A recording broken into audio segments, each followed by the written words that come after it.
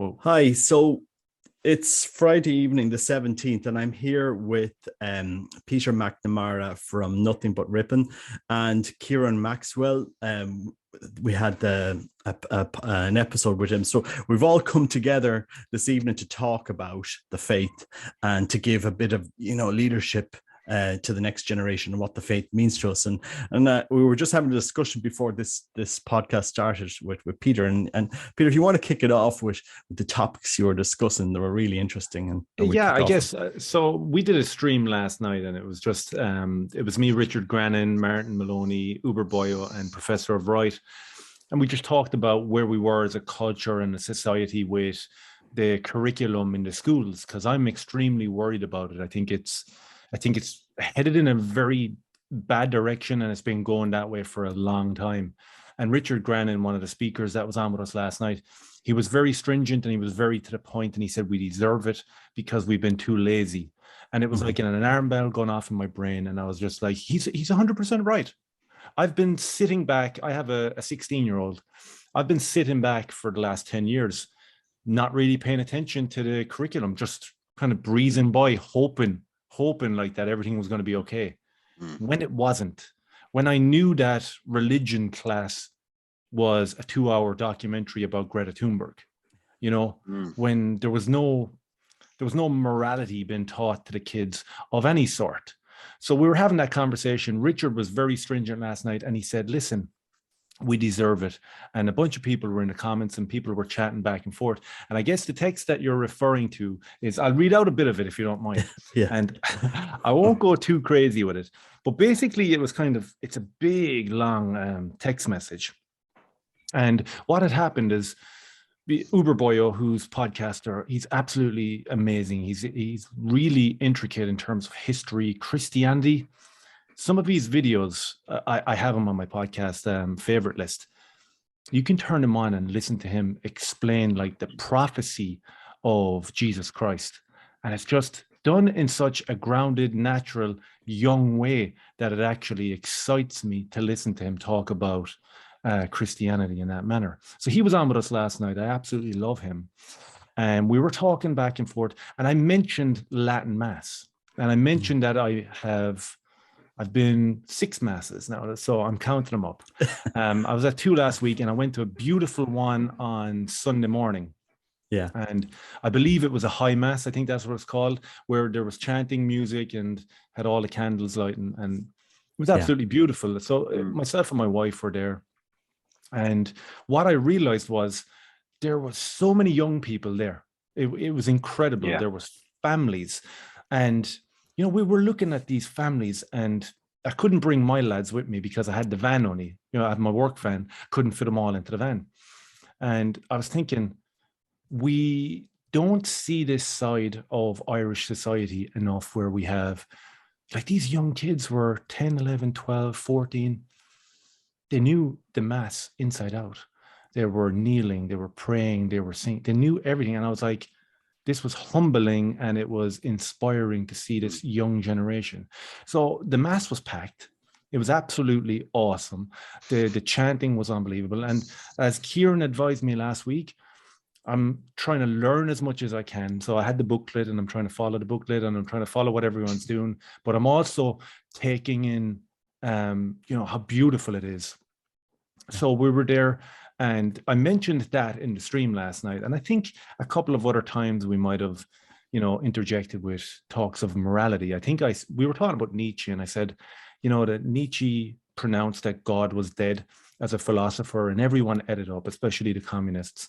And for 10 years after that pronouncement, he spiraled out of control, where he was wandering in the streets crying.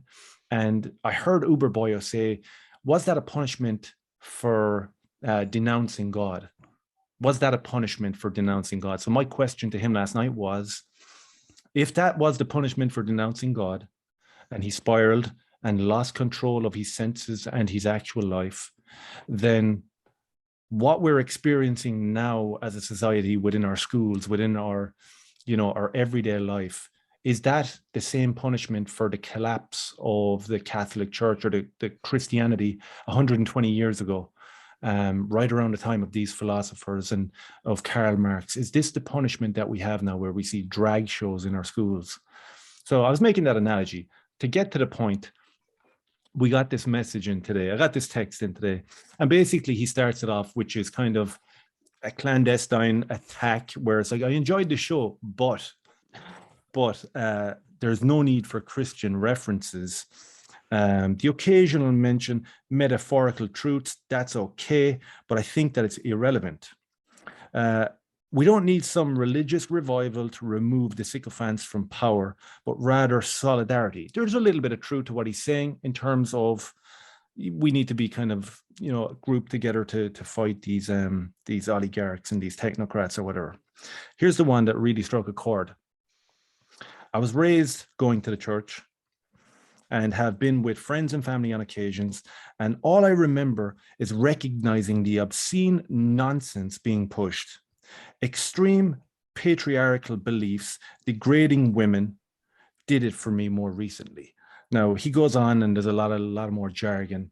And basically what I was saying beforehand was, okay, if you feel like that, fair enough, right? Everyone's entitled to their own discourse and their own opinions. But you're overtly jumping in on another conversation that you disagree with. And that for me, and this is something doing the YouTube thing now for over a year and having a lot of negativity come my way from it, I realized I've never, ever once gone on a stream or a YouTube video and wrote a negative comment, because for me, common sense would prevail and I just wouldn't watch something that I wasn't interested in. Why? Like, it's kind of like going outside picking arguments with people. There's absolutely no need of it. But again, this was the skewed vision of Christianity. And if we are to be, I guess, naive, then this guy could have said, well, listen, Peter, you referenced Latin Mass, you referenced Christianity, and the morality fell when Christianity fell. That's your belief. I respect it. And maybe I'll take a little bit away from it and maybe agree with you, or we'll agree to disagree. But it wasn't that. It was jump straight in, degrade everything about what we were speaking about. And it just shows you exactly the type of people that are online.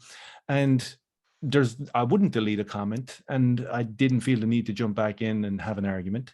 You're entitled to your opinion. In my own mind, I'm thinking, why would you do that? Why would you jump in? But again, we're talking about a generation of people that have been brought up to believe the church is absolutely terrible. Robert, you did a fantastic video today talking about like the communistic takeover of the church, and you were reading an article from RT. And again, there's people our age. I'm 41, and there's people way younger than us. And we spoke about this in the stream last night. When I voiced my concerns with teachers, these were 25-year-old girls. When I mentioned cultural Marxism or communism, they had no idea what I was talking about. They didn't know anything about morality falling or about what Nietzsche's pronouncement was, or the idea of the Ubermensch and transhumanism. They had no idea what I was talking about. And it is kind of, it left us in a scary position in terms of society.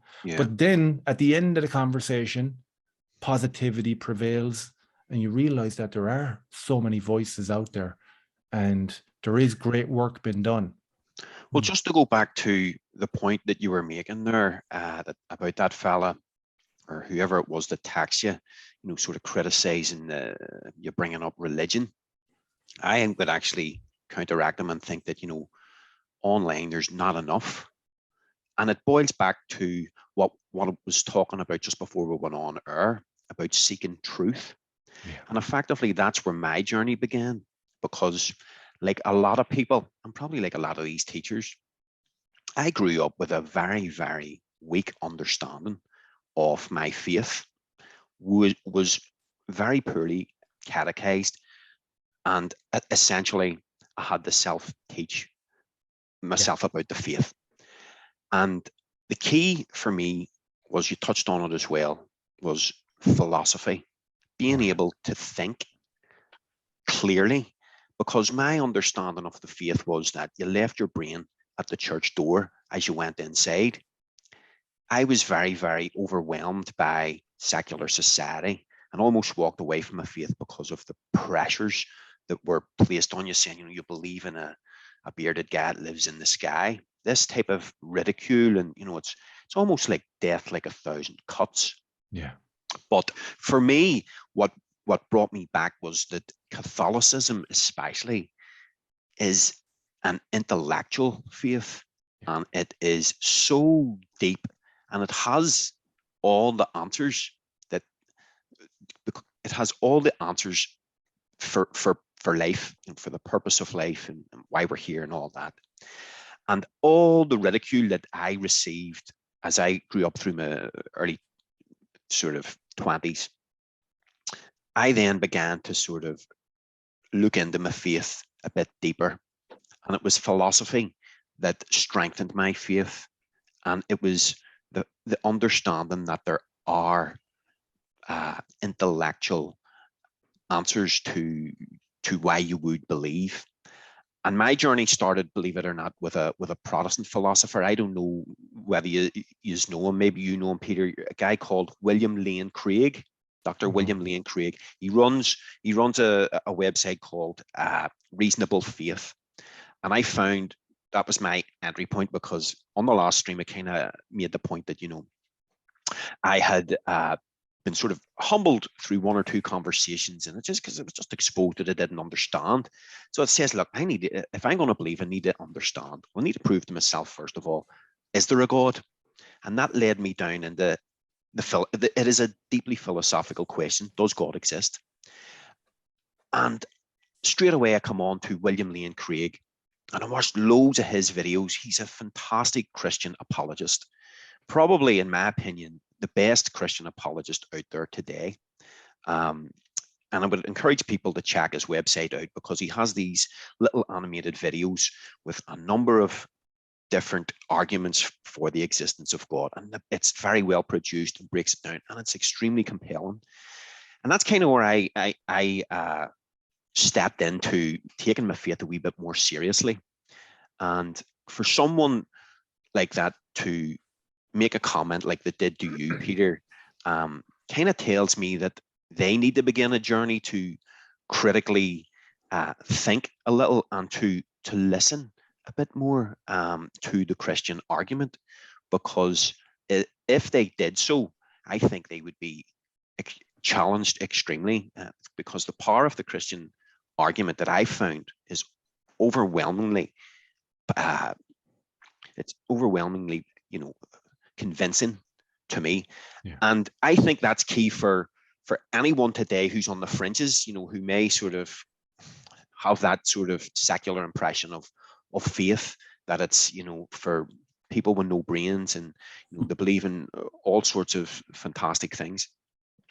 But in many respects, we do believe in fantastic things, because God is obviously the supreme being. But I suppose what I'm saying is, for faith, it is we need to seek truth.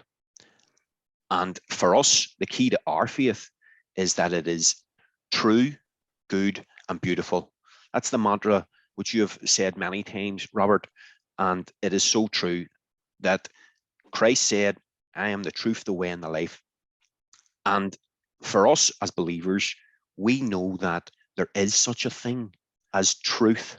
It can be attained, and you can actually have something that is true.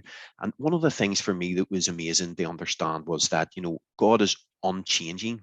And so if God gives us a truth, then that truth never changes. It is for all time. And he has revealed a number of truths to us, which enlighten and enhance where our reason fails. It actually enlightens it. And from William Lane Craig, I've then dabbled into, I fell into St. Thomas Aquinas. And one of the things I wanted to bring up was a couple of websites that I think are fantastic, and that people should maybe check out for more information on that. Would be like Pints with Aquinas. I don't know if you've heard of Matt Fradd, guys. Yeah, he's good. Matt Fradd runs that website, and so that kind of got me into St. Thomas Aquinas. And so for anyone that's sort of worried about being embarrassed about the faith, I say, forget about that. you're walking into one of the most challenging intellectual faiths that the world has ever seen, and it is a beautiful journey. And I'm on the journey, and I don't know half of what you guys know, but I know that I'm on the right path, and I know that there is such a thing as truth, and that I will have to hang on to that because it's beautiful, you know. And I think it's important, guys. I think between us, we've 10 kids here, that we have to give to a next generation faith that is serious to us. And you're talking about Thomas Aquinas. There's an Irish philosopher. He's a married man, Gavin Kerr, and he's written this book, Aquinas' Way to God, based on the philosophy of St. Thomas Aquinas. It's not a massive book, but it's really well written. And as a layman, I just thought it was fascinating to see this book. So I do recommend it. But going back to that text that you got, Peter, I mean, people will always bring us down based on a previous generation or previous generations of what they have done wrong with the faith, used it as a means for something that the faith wasn't meant to do. We're not here to abuse anybody. We're not here to control anybody. We're here to pass on something that is true, good, and beautiful that will elevate people's lives. And I've seen the faith change people's lives, and it's changed mine. It's something that personally I'm, the conviction I have, nothing would shake me. And this is where the leadership is kind of critical, that we start thinking and digging deep into this. When people come after the traditional movement, the traditional Latin Mass, it's important that they see this is a faith that is serious. It is deadly serious. And we want to show that in our worship, which is serious, which is challenging. There's nothing wrong with using a language that has challenged the world for 2,000 years, challenge ourselves. And I suppose it's important, Peter, when you're bringing your kids and yourself to Mass now, to get the missals, to be reading through the Mass, and to be because people would say, "Oh, you're not involved in the Mass." When people, I've often gone to Mass and you see people with their phone or with the tablet, and they're following the Mass. They're completely involved. They know every single prayer, so that nobody come back and say, "Oh, you're not involved in this form of worship." We need to give a different form of leadership here. I mean, I don't know what are your thoughts on that, guys, and maybe it's something that we just need to expand out and to drive that conversation. Yeah, I mean, in terms of like the gateway into where I am now with religion, it happened a number of different ways. Like, I don't know if you know Father Mike Schmitz. He's like this celebrity dude. He's like awesome. He looks like a movie star.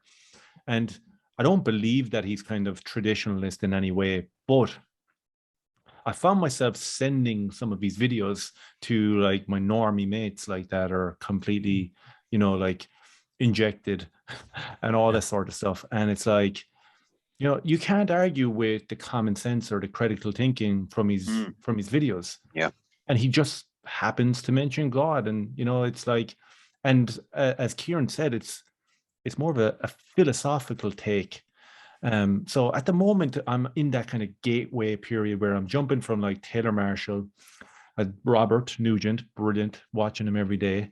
I'm watching Return to Tradition, is a guy that you had on last week. It was a great interview. So I've started watching his videos, and he's kind of got the setup of like a Tim Pool, where it's kind of topical pieces that come out every day regarding the faith, regarding the Christian belief. And I read Infiltration, Taylor Marshall, and I'm reading another book now that someone recommended to me. It's called Anti-Apostle 1025. I don't know if you know that one. I didn't know. It's an absolutely amazing book. So it's a dramatization of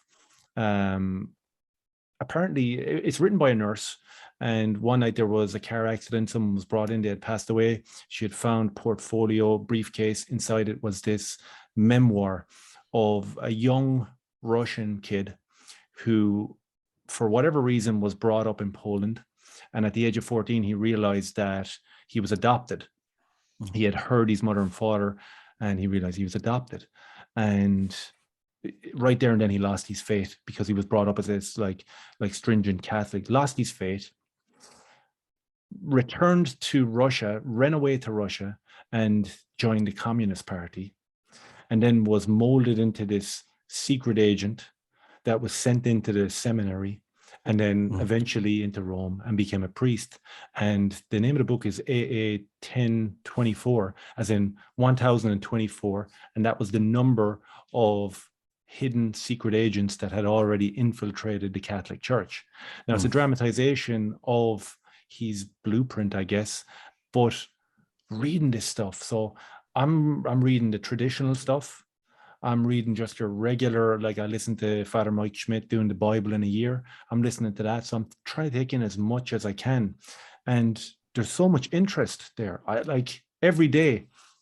So you would have favorites on your YouTube playlist or whatever. All of a sudden it's like Return to Tradition, Father Taylor or Father Mike Schmidt, Taylor Marshall, Robert, yourself. And I'm trying to get the information in. The last time you spoke about Mass of Ages, I went and I watched the documentary. Absolutely amazing. And then, as I said, from watching the content, I'm realizing that there seems to be this like targeted attack on traditional Latin Mass. And it's like, whoa, I'm only going 2 weeks. Like, give me a chance here. Like, you know, so I know. It's amazing stuff. It is. But just pick up on the last point that you made, Robert, about being in Mass and following the Missal, and the children side of it. Absolutely, I do believe that is very important, that we're able to understand what's happening in the Mass. But at the same time, I would also point out that from someone in my position, I have 5 children under the age of 10. So a lot of young nippers moving about and needing to sort of deal with during the Mass. And what I would say to parents is, if you're in that situation, don't worry about being able to follow the Mass. It's not the be all and end all at that moment in time. And because I used to beat myself up about it a little. And I've just realized, listen, I'm at the holy sacrifice of the Mass. I am present here. And I do have an understanding, and I am sort of able to understand and follow what's happening at a given point in time, And one of the beautiful things I love about the Mass is the very, very beginning, the prayers at the foot of the altar. And that psalm that the priest recites is so beautiful when you read it. He doesn't dare approach the altar yet. He doesn't dare approach it yet until he says these prayers. Things like that are amazing. But with regards to passing it on to the children, for me, it is extremely important to have my children there and to be attentive to them, because the Latin Mass is generally longer than a normal Novus Ordo Mass, especially if you go to a high Mass, the one at the Institute of Christ the King Sovereign Priest in North Belfast can go on for about an hour and a half.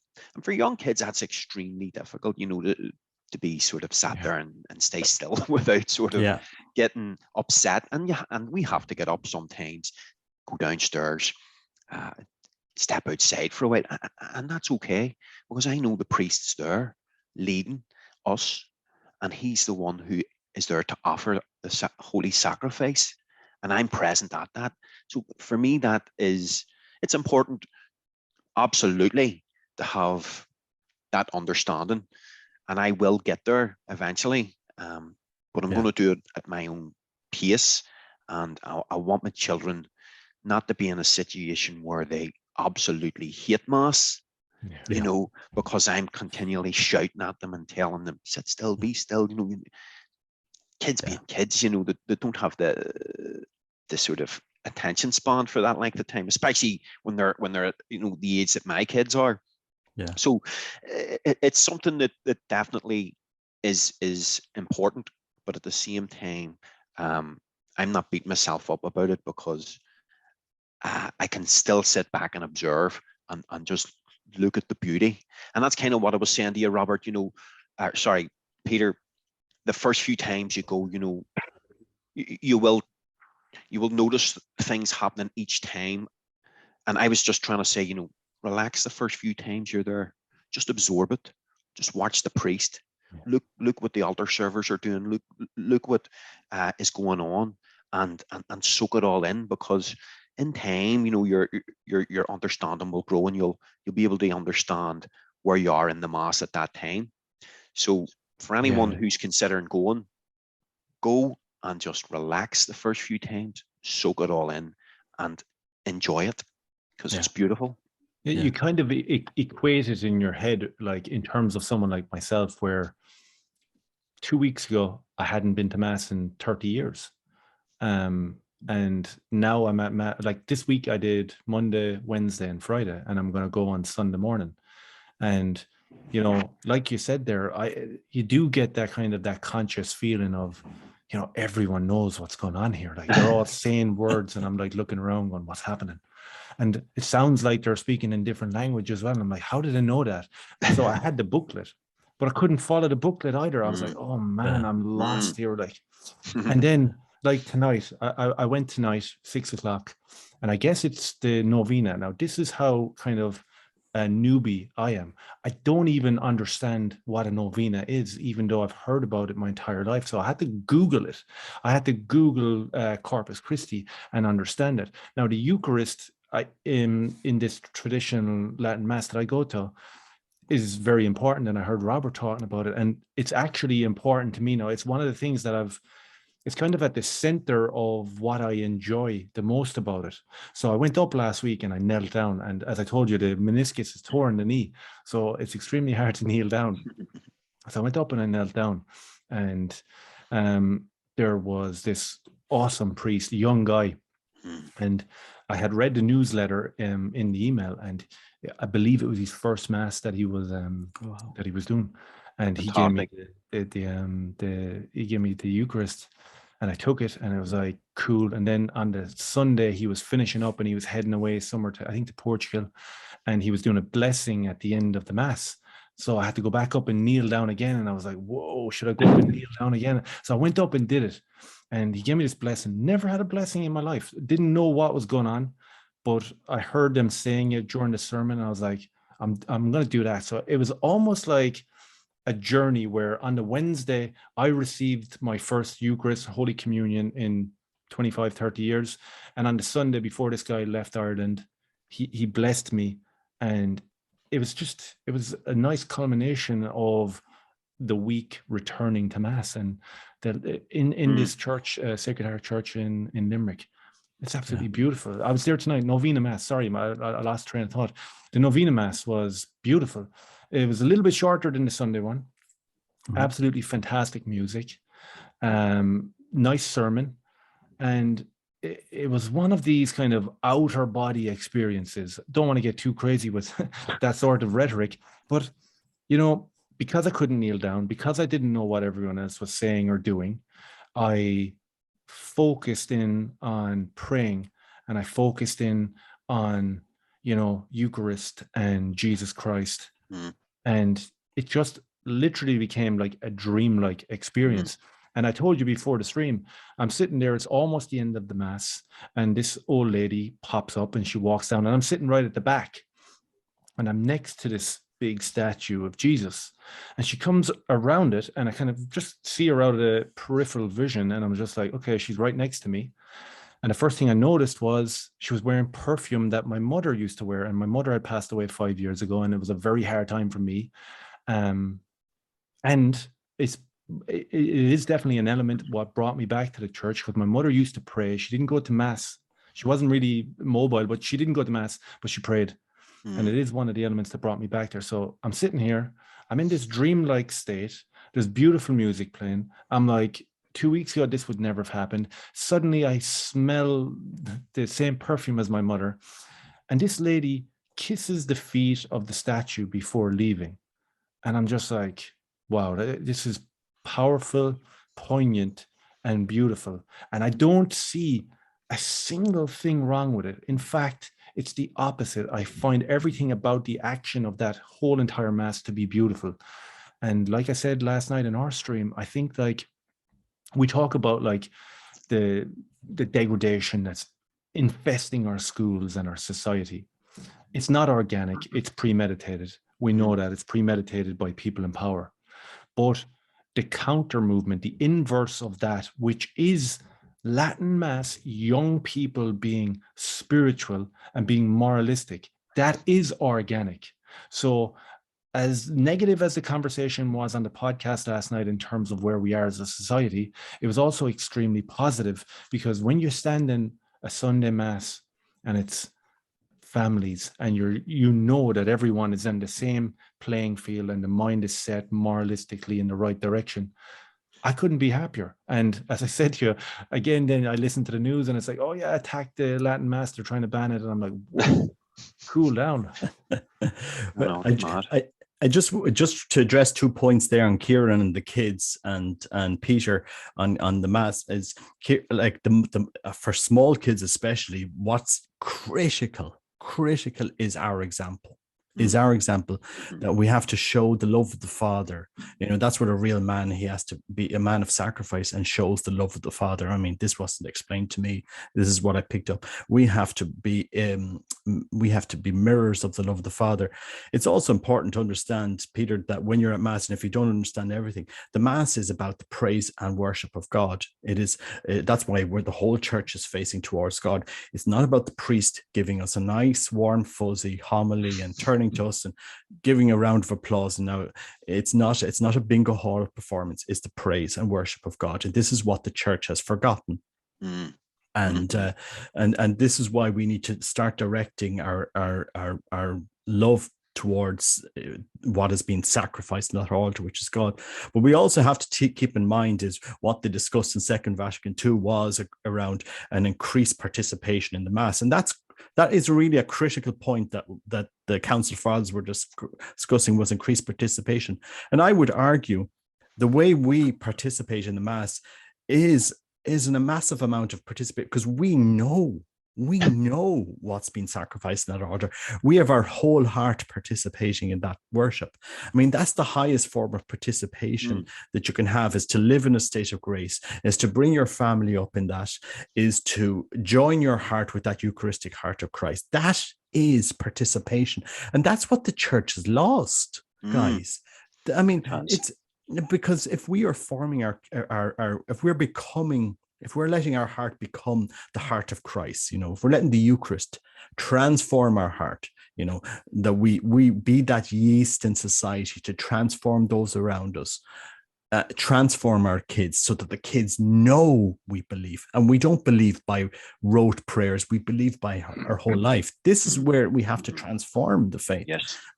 And it's about, because the traditional movement, guys, is a modern movement. It's not a modernist movement. It's a movement that's modern in the church, in the sense that this has come out, and we have to take the criticisms and the problems that the Second Vatican Council has addressed, understand them, and make sure we don't repeat them in what we know. That's why it's critically important that people know what's happening in the Mass. Yes.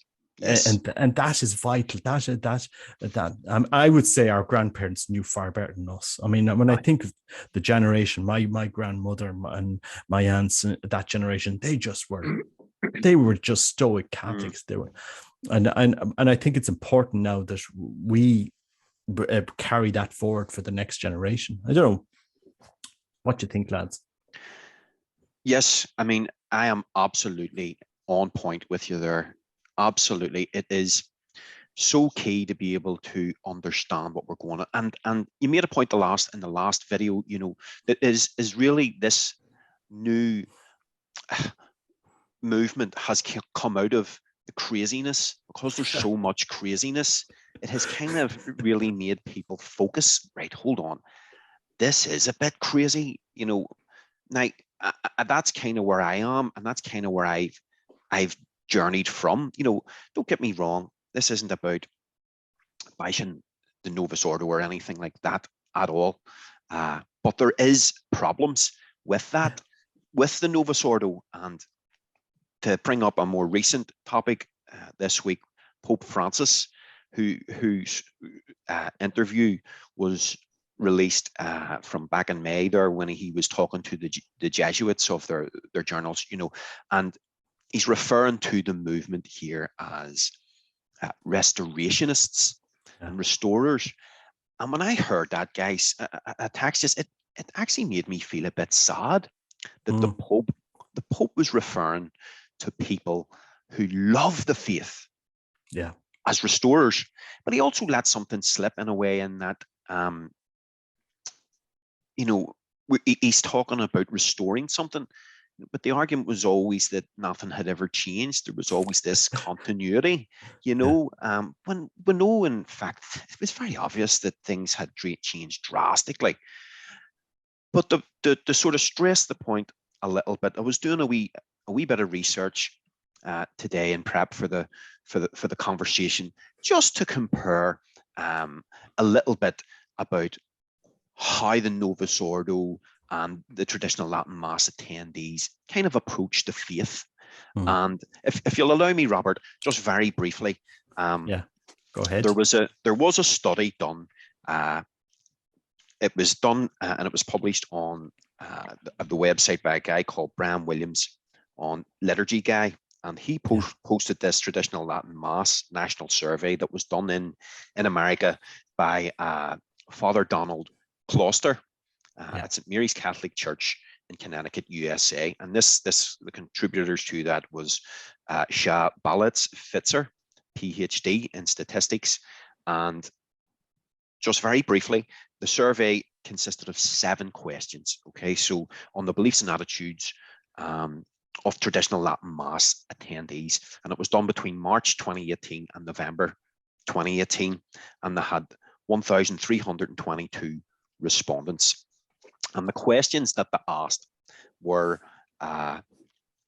approval of contraception, approval of abortion, weekly Mass attendance, approval of same-sex marriage, percentage of income donated, annual confession among weekly Mass attendees, and number 7 was to do with the fertility rate.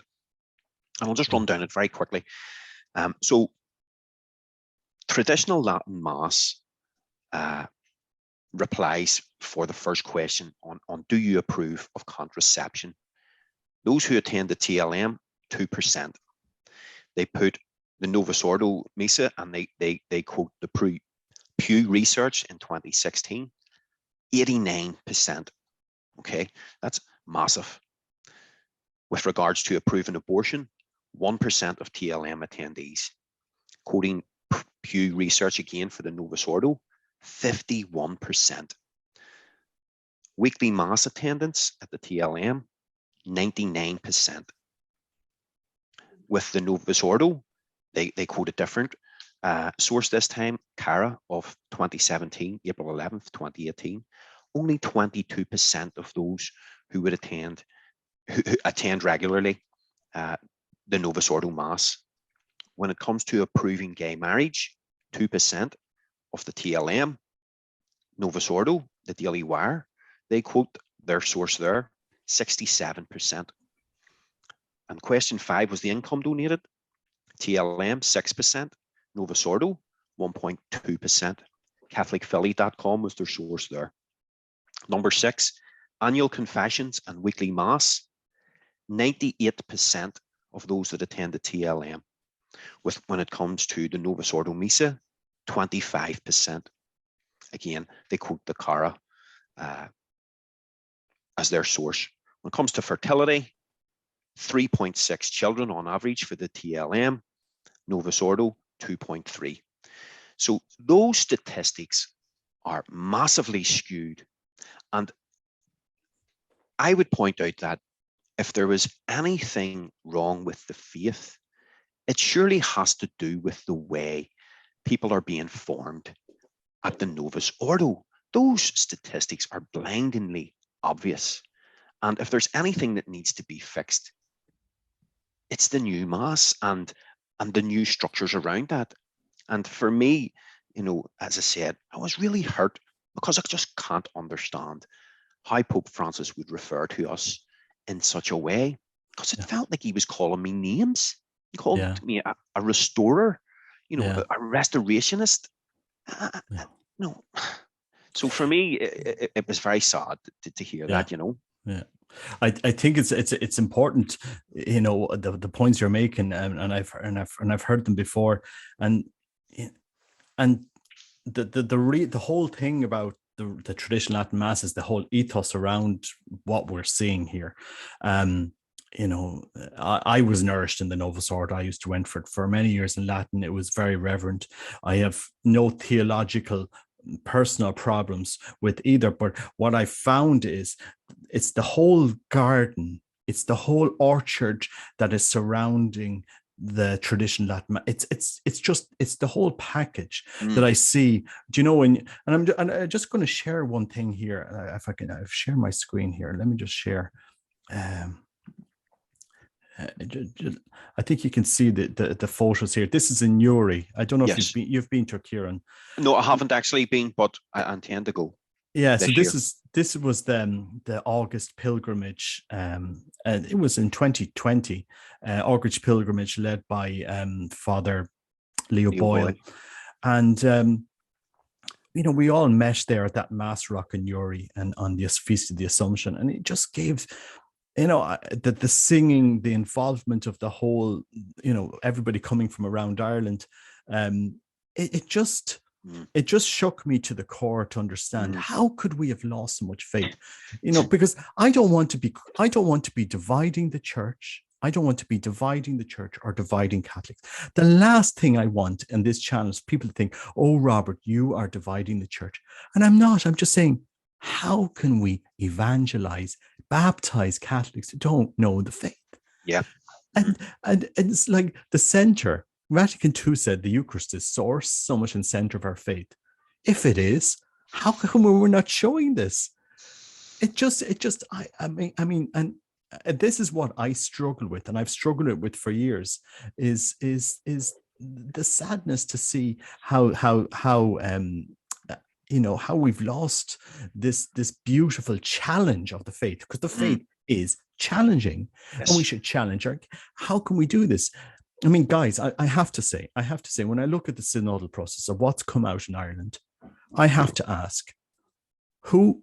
I mean, it's like you had a Twitter poll and you're asking Twitter, what do you think the faith should? Well, it should be this and should be that and should be inclusive and this, that, and the other. And I say, okay, no, so we're going to be inclusive. So are we going to start affirming our kids who want to change gender, start giving them hormone blockers and surgeries and all this? Is this really where ultimately you're going? Because if you want to include like the logic, walk us down the logical conclusion of the path you're leading us.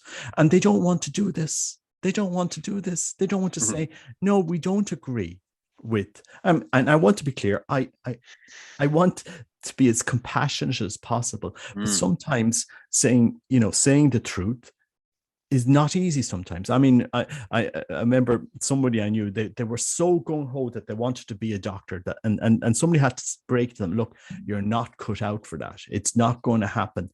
And that hurt them. I said, but their whole illusion was that they wanted to be this. And I said, look, you're just not cut out for that for many reasons. And telling the truth sometimes is not easy. It's not easy. And this is where, guys, I think this is the whole reason I want, if anybody that's looking at this video should understand, we're not dividing Catholics. No. We're asking, where is our faith? Where is the practice of our faith? Where can we go for good faith formation? I mean,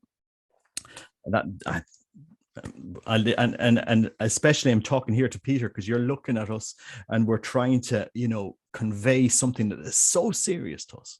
Yeah, no, I totally get where you're coming from. And, doing the content that I've done over the last year, where I've touched on a lot of like political stuff and socio-political stuff, I don't see a difference between, as I said, I'm new to the parish, as the analogy goes.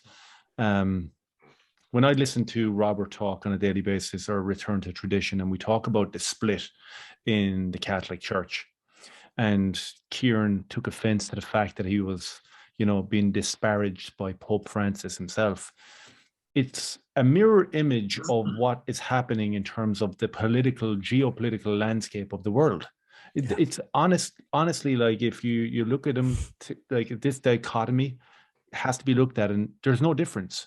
And the same frustration has been had, because without getting us too bogged down in kind of US politics, but if we looked at that over the last 2 years, you would look at that President Biden was elected, and he got the most votes in the history of America, of course, and he's the most loved.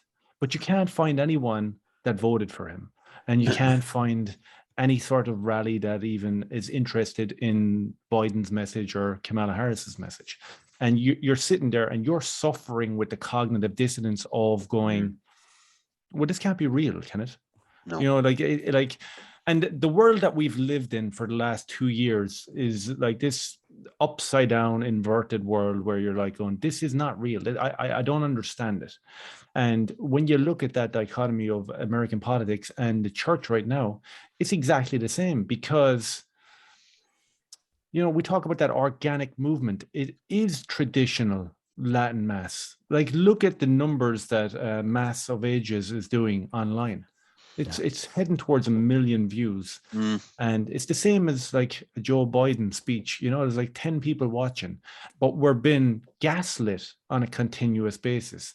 Now, I wouldn't have the intricacies of the Catholic Church, but there is that kind of juxtaposition in terms of, okay, so Pope Francis is saying that traditional Latin Mass needs to be stamped out almost, and he's calling names and disparaging people for the traditional movement or reformists or whatever way he put it. And it's like, okay, but the numbers don't add up, and you don't want to split it. Robert talks a lot about, you know, it's about the faith at the end of the day. But in the same breath, how long can you be gaslit? You know, how long can it be used as propaganda where it's like, I heard Return to Tradition say yesterday that Vatican II happened, Novus Ordo was been a failure because the numbers have like plummeted. So surely you would put a stop and say, okay, this is what we've like put forward as the reformation of the Catholic Church. It's Vatican II. Everyone come, we're going to bring in families. Everyone's going to come to it. Okay, so you've got no one going to them masses. You know, we've got dancing, we've got bubbles been blown, we've got everything like that. And then on the other side of that fence, you have the traditional masses that are filling up. And does it become a kind of a political landscape then, where it's like, okay, like you're not doing as we wish and you're doing better, and that must be stamped out? And that's kind of rudimental, I know, but when you look at politics, like if you look at Irish politics, which is, it is what it is. We're not like the UK. We spoke about it on the stream last night, where like civil disobedience and non-conformity was what Richard Grannon was saying last night, is what got them out of lockdowns, because the British people got out in the streets and they had 1 million march. We tried that here in Ireland and we could barely get 3,000 or 4,000. And what we had was the national broadcaster absolutely put the boot down on the neck and called these old ladies who were worried about lockdowns far right activists. So, you know, that's how they stamped us out. You know, so when you look at Ireland in general, you have 97% that are conformists and 3% that are individuals. And these are the people that are critically thinking. So we're not doing too great in terms of numbers here. You convert them numbers over to Catholicism in Ireland. And like Kieran said, with the statistics that he read out, the majority are going to be Novus Ordo, and they're going to be woke, and they're going to be, you know, they're going to be all about LGBTQ. And I've experienced it with the one mass that I talked about many a time. And that's where we are, you know, like politics is not devoid of what we're talking about here. And we can see it like all the way through. I would like to say, like, no, I would like to say from my personal experience, there are lots of good Catholics that go to the Novus Ordo that are Orthodox, that know the faith, you know, because, you know, I have experienced them, you know, people in Opus Dei or in other different movements that would be, you know, really Dominicans that, you know, would really try to give you a faith that's well formed, you know, and a traditional faith. The thing is, that I find in Ireland is that there's no there's no push to bring this forward, guys. There's no push, because when I'm looking, you're looking at different channels to get your feed from, to get a bit of, you know, education, to get a bit of challenge in the face.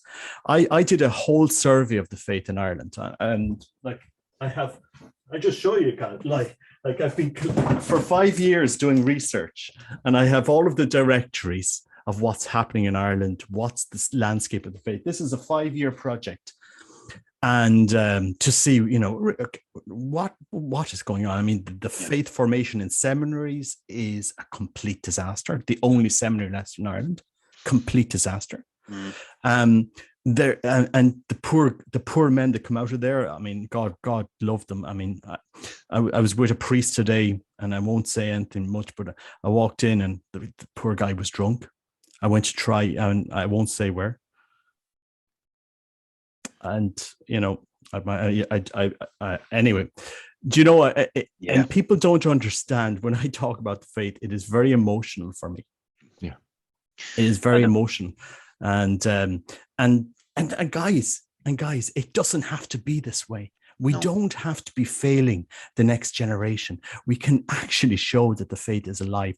You know, there are 5,000 traditional Catholics in Ireland. I have done that survey. So, like, we might be tiny, but we're not insignificant, and we're you know, they keep wanting to stamp us down. You know, you're not allowed to do this, and they're not giving us answers why. You know, it's very, very sad. It's very sad. But that is extremely sad. And we might only be 5,000, but we're growing as well, Robert. But to touch on a point that you were talking about there, Peter, just to bring a couple of points together, you were saying, you know, you referenced the US politics. And part of the problem there is the absence, again, of truth, and you know, the belief that there actually is a truth, which, you know, God is also absent from the conversation, massively so. And if there is a truth, then there's a moral code, which is true, and we can't just abandon that, you know. And that brings me back to your point, Robert, that these diocesan synods, because after watching your video, I went and read mine here in the Diocese of Down and Connor, and it's not much better. And the thing for me is that I was screaming out along with you that you can't vote for morals. You can't change it by a vote. It's unchanging. And the fact that these things are being published shows the lack of understanding of our faith, that these people that attended these events were able to put that forward without kind of any sort of critical reproach to say, look, listen, that's not true, or, you know, some sort of rebuffal. Yeah. For me, it's again the absence of truth, and for some reason, the church is afraid to talk about truth. And that's kind of why those priests are having poor formations. It's all integral to that. For some reason, secular society has infiltrated the church, and we're afraid to speak to it. And the whole lockdown situation, whole COVID nonsense was completely an example of how they folded and how they're in the pocket of the secular governments. Because if they believed in truth, they wouldn't have shut the doors of the chapels and the churches around this country. And for me, that said it all. That how and I actually believe, Robert, reflecting on this, that we are so far down the rabbit hole here with regards to, you know, reforming the Novus Ordo, that I actually don't know where to begin, because it is such an amazing, I mean, reading those documents is a task in itself.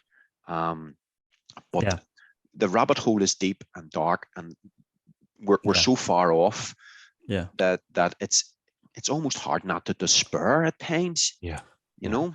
Well, I used to do a stream every Friday night with an Irish content creator called Gran Torino. Okay. And I used to be on every week, and at the end of every conversation, we got to the point where we'd say, okay, let's talk about solutions. you know, and you talk about despair. It got to the point when I was on his show that I felt like I couldn't offer a solution at the end of every conversation. Now, this was regarding lockdowns and totalitarianism and stuff like that. And I felt that we couldn't. And even recently in my own live streams, I took a break for a while because it was like, okay, like what you're talking about in terms of like, you know, the plummeting of the faith. I feel the exact same kind of about geopolitical and just societal in general. And it's just like, oh my God, we're constantly against the wall. You know, we're constantly trying to push back and just hold it back. And, you know, you get to the point where it's almost like every man for himself to try survive.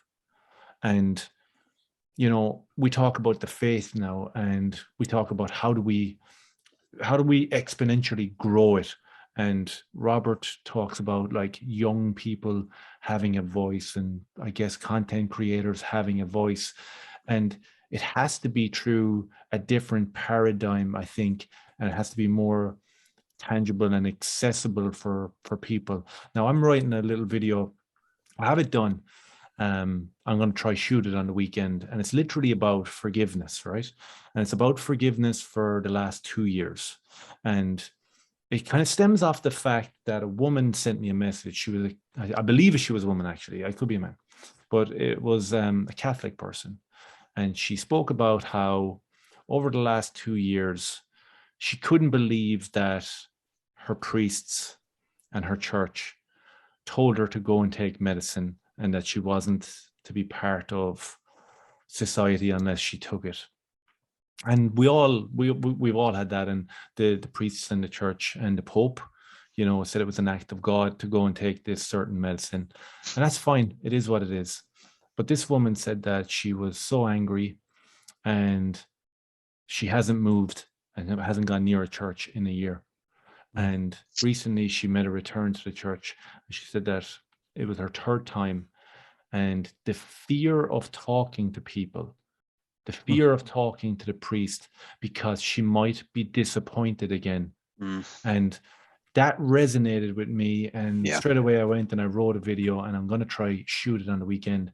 And what I mean by it being tangible is because I'm a normal guy who I don't know anything about religion. All I know is what I'm learning, and I'm trying to take in the information. But in terms of forgiveness, so that comment was on a video that I made from a forest one time. And it was right smack bang in the middle of the lockdowns. And I had driven through Limerick. And it was right around the time where pubs were open, but you had to have a certain procedure done to go in there. And I didn't have it. And I was driving through town, and I had the kids with me. We were heading towards this park. And I could see all these guys my age, younger, older. They were all like queuing up to show their papers, just like Germany. And all standing up inside in these smoking areas, and all under the guise of, listen, you've got the right paperwork and it's cool for you to send. So I was up in this forest, and I was ranting and I was angry. It was about a year ago. And it's a year later, and I'm still angry. And I'm still angry. And there's people that I do not speak to anymore that are in my family because of these type of decisions and these sort of draconian measures that were put upon us. But, and here's the point. I know it sounds like I'm rambling. Here's the point. In the last 2 weeks, as a result of my return to church, I have started to forgive.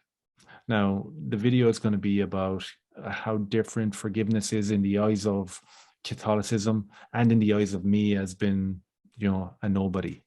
But I'm starting to feel somewhat of forgiveness with the help of church and with the help of Christ towards family members that I haven't spoken to in 2 years. And if you're talking about how do we get more people that are young and normies into the Catholic faith, then it has to be that. It has to be a normal guy like me who can't control his anger, who's been in trouble a lot. And, you know, I've made terrible decisions. And now I find myself driving around in the van on my own, listening to religious podcasts and finding the hope inside me to forgive people and say, listen, I'm not going to forget what you've done to us. Like this woman, I'm not going to forget, and I'm not going to put myself in a place where I'm going to be disappointed again by family members who left me behind. But I'm going to find a solace inside where I can forgive. And that way, then I'm not confined to anger because of what you did and what your sin was. And it was a sin. And I think that video might be done on the weekend. So That's beautiful. That's beautiful, man. I'm really looking forward to that. And that's a key thing about our faith as well. You know, it challenges you to do that. Christ challenges you to forgive. And what I have found on my journey is that if you take your faith seriously, you have to face up to change. You have to face up to, you know, well, do I really believe everything the Catholic Church teaches? And if they say this and that, well, what am I going to do about it? And that's kind of where, you know, I think a lot of people stumble. But you have to grow. And if you stick with your faith, you grow. And I can see how far I've changed. I'm a massive sinner, let me tell you.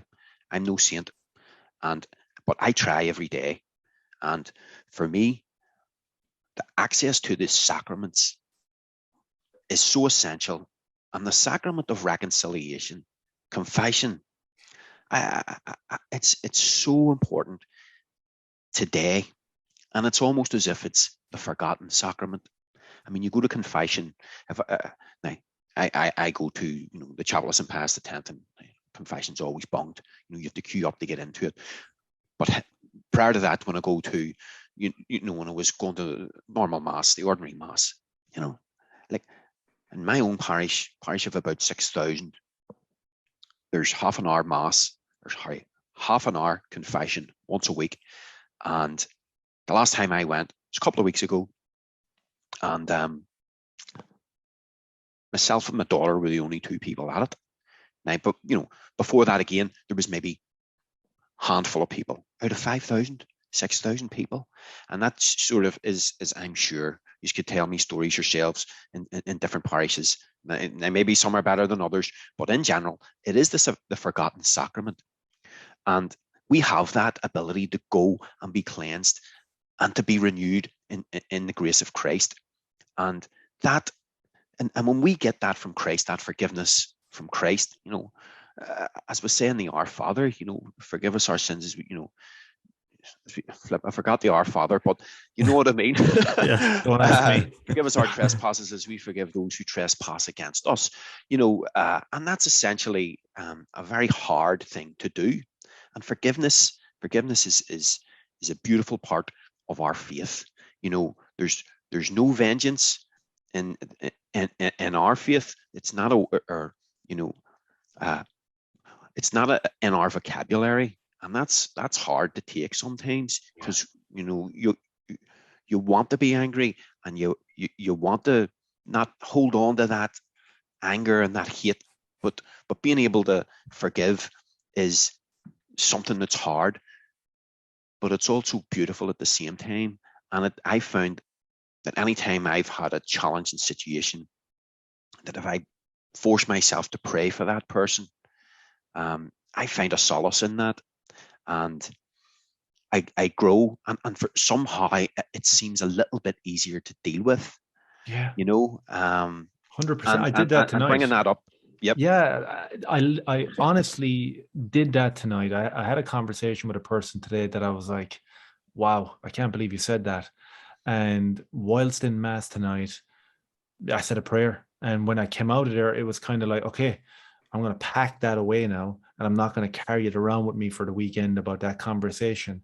And I told Robert the last time, you know, I've spoken to therapists, which was futile for me because the result was existential despair. And in terms of existential despair, we got to look to philosophy. And when we look to philosophy, we get all the way back to Christianity. And that's where it is. So I spoke to Jonathan Peugeot, and I played a lot of his content for my kids where it was tangible and accessible for the normal person, where, you know, if you don't want to believe in the idea of heaven being this place up in the sky where the atheists like to kind of disparage, if you don't want to believe in that, believe in the idea of continuously building morality, whereas when you get to the time of your passing, you will know that I lived my best life and I did good by people, and that can be the analogy for heaven, because it was like a life well lived. Yeah. I'm perfectly fine with that. Yeah. And you know what? It's not actually a bad way to live. Being a Christian is good. I love being a Catholic. I love my faith. I love my way of life. I love the way I've changed. And, you know, we kind of have to sell that part of it too. You know, because there's a load of distractions in the world, massive amount of distractions that just want to steal your peace effectively. Oh yeah. And don't get me wrong, I'm guilty of that too, spending too much time on social media and Twitter. One of the things I remember a nun saying was that you should effectively pray for the same amount of time that you're online. You know, and that's a challenge. That would be challenging for me, but that's a good way to balance it, I think.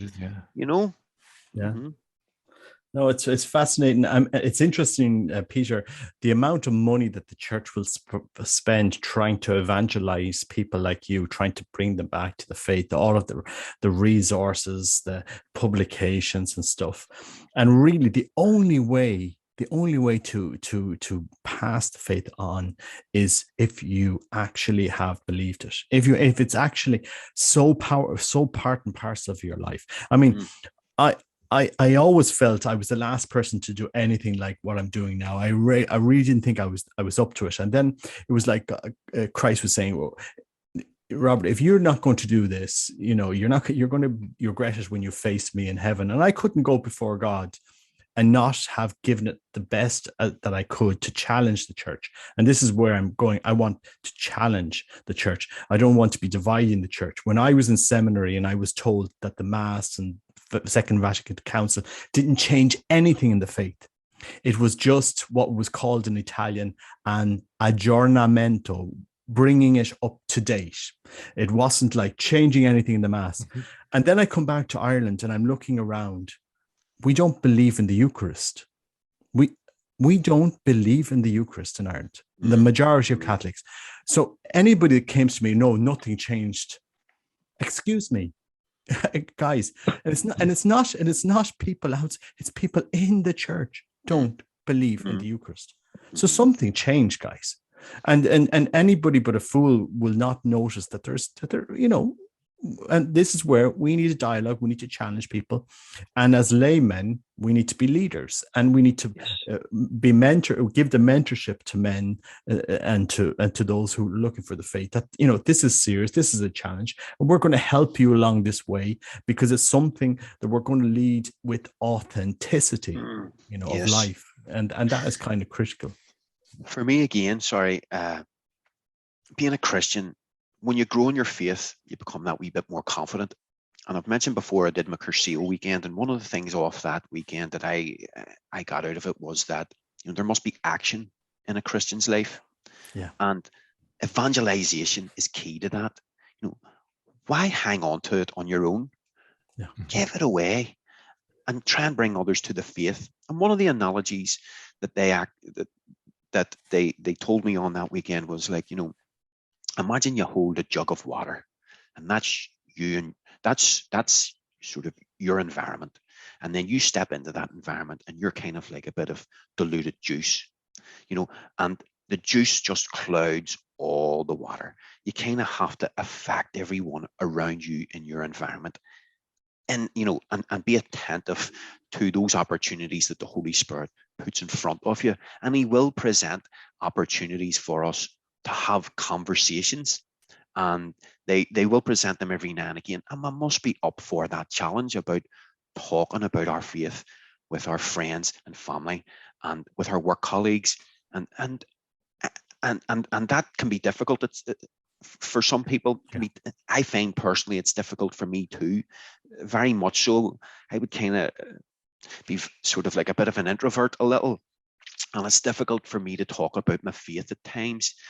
But I do it, and see, when I do, have those conversations, I come away sort of feeling uplifted a little again, because there might have been a seed planted in someone there that may grow in 20 years' time, and that look back and something they remember me saying, whatever, we'll have to trust. But action is important in a Christian's life. And essentially, this is what we're talking about, like, how do we convince more people to believe the truths of our faith? Because that seems to be being lost in the vast majority of people. And it's a difficult thing, Robert. I'm not sure if there's an easy answer, because what I face most of the time, difficult to overcome, is apathy. Yeah. Just no interest. Again, it's like, give them bread and circuses and they'll be all right. And that's kind of what's happening. People in society are just completely like zombies at times. They're programmed. It's an infestation of the mind, and it plays out in every facet of our lives. I mean, people are more interested in watching like millionaire footballers than doing something good for someone. Like, we're talking about, being part of the Latin Mass, and I feel guilty because I don't know what's going on, but it's like, whoa, I'm after driving across town. I'm after going in there and, focusing my mind in and trying to absorb as much as I can and understand it. That's a small step. You're watching a football match, drinking 10 pints, and, like, that's not it. That's not it. And anyone that says that it is, and these are the people then that will denigrate you for having a conversation that's even directed towards spirituality. They're devoid of it. I was talking to a friend of mine one day, and whatever way I was sitting, my hands came together and I was kind of leaning like that. And for whatever reason, I said to him, listen, man, I'll say a prayer for you. And the blood drained from his face. He was looking at me as if I had attacked him verbally. He was like, say a prayer for me. I was like, okay, sorry about the hand thing. I'll say a prayer for you. Do you know, like, cool down? Like, it was as if I was after being left out of an asylum because I mentioned the word prayer. Yeah. Now, this is the secularization, the statism that has infested everyone.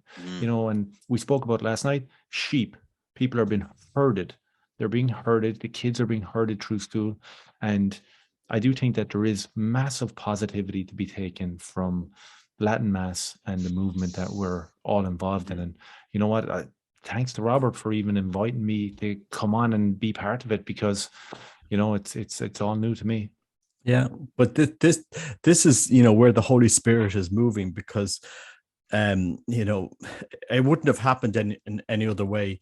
And anybody listening, and as I said from the start of the video, it's not about dividing the church.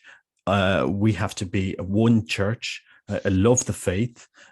I was always educated on in that Vatican II. Didn't change anything in the faith, so we're still allowed to believe what our grandparents believed, and we're still allowed to practice what our grandparents practiced, and challenge ourselves. We'll challenge ourselves with this current generation, with this modern movement, which is traditional movement, not modernist, a modern movement. We're looking at the traditional Latin Mass from a different lens. That our grandparents wouldn't have seen, because it's something that has challenged us. None of us grew up with this. We've all come to us as adults. This is a challenge to us, and it's beautiful. It's profoundly beautiful. And the only way to move forward is radical authenticity. We're not doing this for ulterior motives. Radical authenticity, and bringing people to the true, good, and the beautiful, which, guys, the Eucharist will transform souls if you put a soul in front of the Eucharist. This is what people are missing. Somebody commented to me, and I don't know if it's true or not, that there are 5 bleeding Eucharistic hosts around Ireland. And they were talking about the miracle here in at present. Yeah. Present. Wow. Yeah. Now, this could be Amazing. Chinese whispers, and I'd hate to be saying something. It could be completely off, but that host that was bleeding near Knock. that's highly significant in itself. And several people that I spoke to, they said, look, it wasn't mold, it was flesh. And why wouldn't Christ be bleeding in his church, asking us to return to him? Why wouldn't he? Because, I've had, many beautiful experiences of encountering the divine, which is the Eucharist. Why wouldn't he want us to draw us back to him? And so the only way that we will convince somebody is if we're bringing them to the truth with humility, not trying ulterior motives. I don't want money.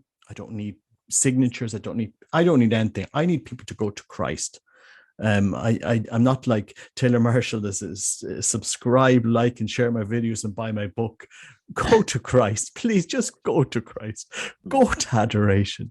You will find peace, security. I've seen so many men's lives transformed by this. Just go to the Eucharist. I couldn't go before Christ in heaven and say, look, I had a conversation on YouTube, and I had a YouTube channel with lots of programs, and I made money, and what?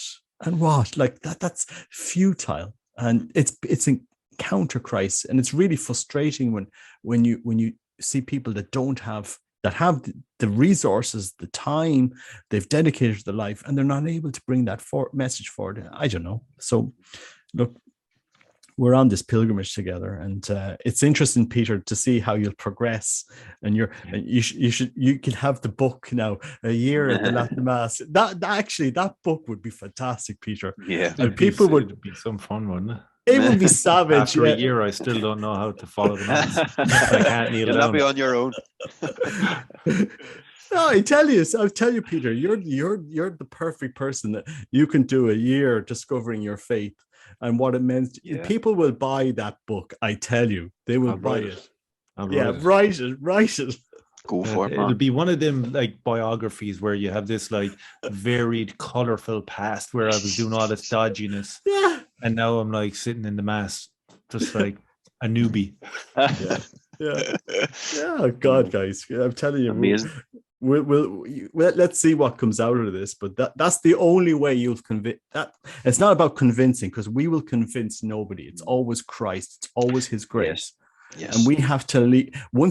I always think if you put a person in front of the Eucharist, sooner or later the Eucharist transforms that person. That's the simple. And we don't have that access to the Eucharist, because in the Novus Ordo you're handing it out like a potato chip, and it's like here, you have one as you're going up and around, and into your, like, there has to be some reverence. Yes.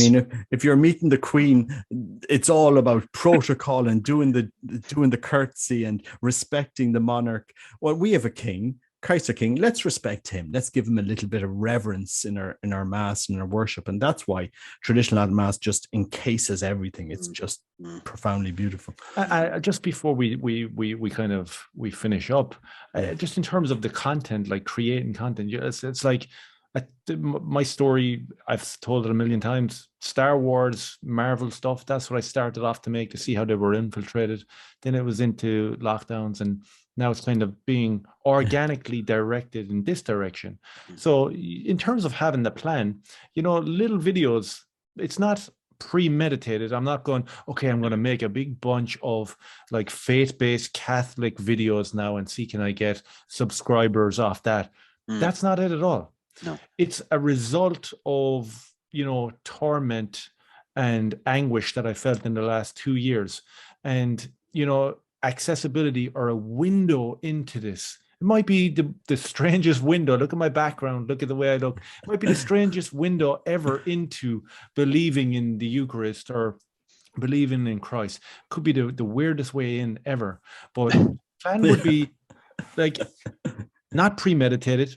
When a message comes through there from a person who hasn't been outside or is terrified to go to Mass because they will be disappointed for what has happened, then I will make a video on that.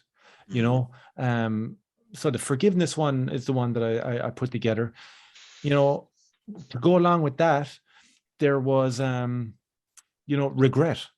Regret is another one, because the anger that I felt over the last 2 years that was perpetrated on me by people in power in this country and every other country, but we'll say in Ireland, it was put upon me, like millionaire politicians that are completely secularized and atheistic put this torment on me and my family, and directly affected my 8-year-old in his social life.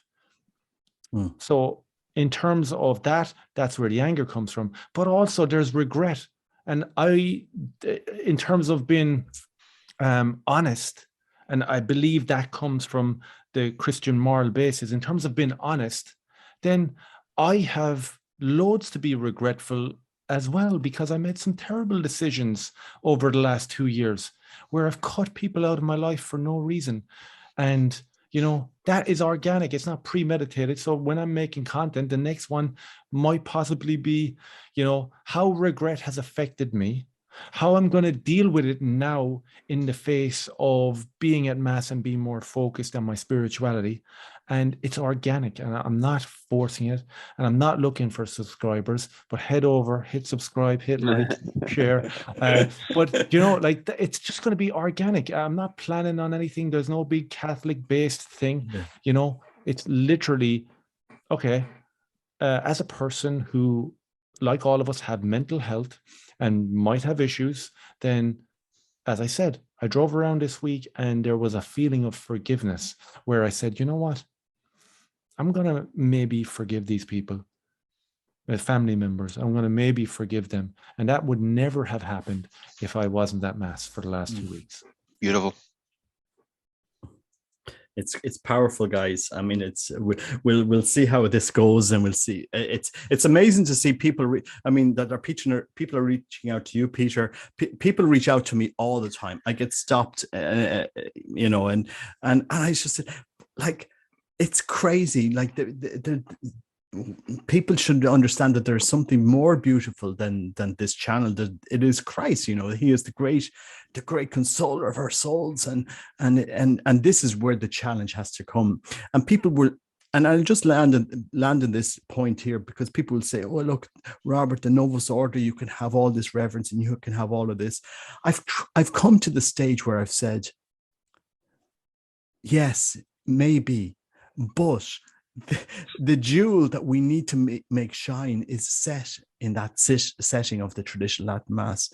It's set there as a challenge, and it's challenging the next generation. It's challenging us that didn't grow up with this. We're not the 1970s kids. We later, and it's a challenge to us. It's challenged the whole Catholic world now to think. To think. This is what it's doing. And Pope Francis can challenge us, but he's never actually spoken to us. Bishops don't want to speak to us. They think we're just some fringe group, and we have, for whatever reason, you're not with the game here, guys. We're on a different boat here moving forward. And I ask, what has gone on, guys? Come on. Explain to us what has happened to the faith in the church. Why is it completely fallen off? And why can't we challenge the next generation to think? And that's what the Latin Mass will chat. If it's done rightly, if it's done with love, devotion, and if we're leading the next generation. I don't know, Kieran, what do you think? I mean, yes, and I find myself agreeing with you wholeheartedly. The faith itself is based on a truth, and the traditional Latin Mass has it's able to express the truth much more clearly, in my opinion. And as you said, why would you not want to have more Catholics who believe fervently? Is that not an aspiration of the church? The church's key aspiration is to save souls. And the best way to save souls is if they believe in Jesus Christ and they dedicate their life to Christ through the Catholic Church. Okay? Yeah. So I already read out statistics earlier on in the conversation where traditional Latin Mass people believe the faith. Why do you not want more people like that? And like you said, there may be only 5,000 of us in Ireland, and we're small throughout the world. So how is that such a big threat? And we don't reject the Second Vatican Council. And anyone in the traditional Latin Mass movement who does is, again, in a small minority. So it's a small minority of a small minority who would actually have that. And so for the hierarchy to focus on that and to try and suppress this beautiful movement is madness to me. I can't understand it. And I keep saying, why, Pope Francis? Why? Come on, we love the faith. We love it. Yeah, exactly. I think, and the only way that this will work out, the truth will win in the end, and Christ will win in the end because this movement isn't ours; it's Christ's. To be clear, we're just carrying on a faith that was passed on, and with humility, with truth, it will flourish on its own. And we just have to carry it forward with radical authenticity here, guys. And that's what people will question us and will see us, and they will go to traditional Latin Mass, as they've done for many of my videos, because people have said, I saw your video and I've gone to traditional Latin Mass, and I've gone to, from this town where I am in Ballina, this town, there are 35 people from this town that I know that go to the Society of St. Pius X and at loan. Can you imagine? From this area around here. Now they won't go every week. No, they won't go every week. They'll go, say, once but 35 from this town alone. That somebody will reach out to me. Did you know? I saw your video. My son goes up to Athlone. Did you know? That's what one man stopped me on the street. He's sitting here and said, "My son goes to Athlone. That young priest up there is very nice." I mean, and I was just surveying how many people will go. They'll go at special occasions and all this. Imagine going 2 hours, and people were wondering, why can't we have this locally? There's 150 people in this diocese that would want the traditional Latin Mass. Our bishop won't even reply to us. He won't respond to us. We don't exist. We don't, and that's okay. That's okay. We just have to let the craziness in the church move forward. But we're not going away. And I don't think we should be considered outside the church or schismatic or anything like that. We just love the faith. The faith that the Second Vatican Council taught, the faith that was taught before in council. I was told nothing changed in Second Vatican II. So what's the story here, guys? And this is going on a little bit too long, but I think we'll script out some more points and we'll see what people are saying. We'll try and round this up again and great conversation, guys. Really enjoyed it. I really appreciate even coming on, lads, because again, it's the fish out of water thing. I'm here in the middle of this. I can't believe it. Like two weeks ago, I wasn't over near this conversation. Like, but see, Peter, don't forget, the Holy Spirit is moving in your life for a reason. Because your leadership is critical. Our leader, because you've thought this through for 2 years, and I started this channel right after, just before the whole madness began. The Holy Spirit will work through us if we're humble, if we're leading people to the truth, and if we're honest. And that's the process we go through, guys. And that's why, Peter, is kind of critical to your path now, because you will lead more people forward in this. And this is what needs to be done. It's an exciting time, guys. We should never be depressed. If I could say one word to you, Peter, it would be follow the truth wherever that may lead. And you'll not be far wrong. Yeah, appreciate it. Guys, I'm going to wrap it up. I think the kids are screaming at me downstairs. God bless, lads. God bless. Take care. Thank you. Bye-bye.